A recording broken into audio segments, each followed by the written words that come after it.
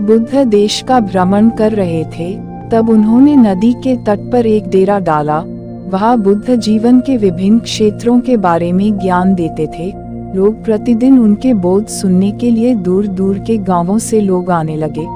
बुद्ध के प्रवचनों में एक तरह का प्रवाह था, तत्व ज्ञान था, तथा उन प्रवचनों में जीवन का सार छिपा हुआ था। कहा जाता है कि उनकी वाणी से श्रोतागण मंत्रमुग्ध हो जाया करते थे। वहीं पर भक्तों में गांव का निवासी भी आया हुआ था। वो व्यक्ति उनके बोध को सुनने के लिए महीनों से आ रहा था, पर इतने समय बीत जाने पर भी उसने अपने अंदर कोई बदलाव नहीं पाया। वो इससे बहुत परेशान हो गया। एक दिन प्रवचन के बाद जब सब लोग चले गए, तो वह व्यक्ति बुद्ध के पास जाकर बोला कि हे बुद्ध, मैं लंबे समय से लोभ इत्यादि छोड़कर एक अच्छा इंसान बनने के उद्देश्य से आपके प्रवचनों को सुनता आया हूँ, परंतु इन बातों से मुझ में किसी तरह का बदलाव नहीं महसूस हो रहा। उसकी ये बातें सुनकर बुद्ध मुस्कुराए। उन्होंने स्नेह से उस व्यक्ति के सिर पर हाथ फेरा और बोले कि वत्स, तुम कौन से गांव से आए हो? उस व्यक्ति ने जवाब दिया कि वो जनकपुर गांव से आया है। फिर बुद्ध ने पूछा कि उसका गांव इस स्थान से कितना दूर है? उसने जवाब दिया कि करीब 10 कोस। बुद्ध ने पुनः प्रश्न किया कि तुम यहाँ से अपने गांव कैसे जाते हो?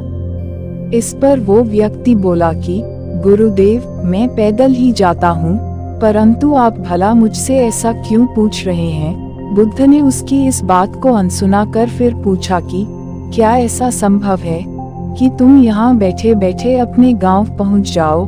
उस व्यक्ति ने झुंझलाकर उत्तर दिया कि ऐसा तो बिल्कुल भी संभव नहीं, मुझे वहाँ तक पहुँचने के लिए पैदल चलकर जाना ही होगा, तभी मैं वहाँ पहुँच पाऊंगा।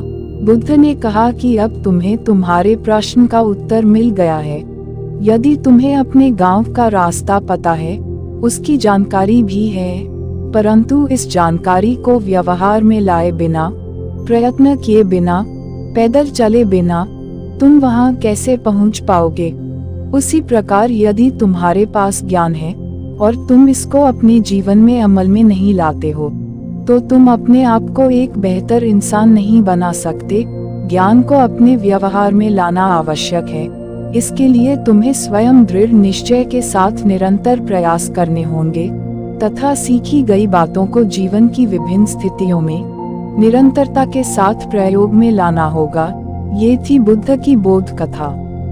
देखा जाए तो वास्तव में हम अपने जीवन में तभी एक तरह का परिवर्तन महसूस कर पाते हैं जब हम अपने गुरुओं या अच्छी किताबों से सीखी गई पद्धतियों को अपने व्यवहार में, अपने जीवन में शामिल करते हैं। बिना प्रयास के केवल सुन भर लेने से भला कैसे किसी में बदलाव आ सकता है?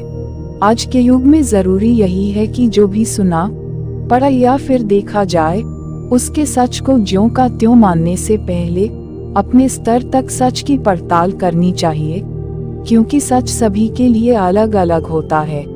दोस्तों, आपने इस कहानी से क्या सीखा और इसके बारे में क्या सोचते हैं? एक कमेंट जरूर कीजिएगा। क्या पता आपके एक कमेंट से किसी का जीवन बदल जाए। धन्यवाद।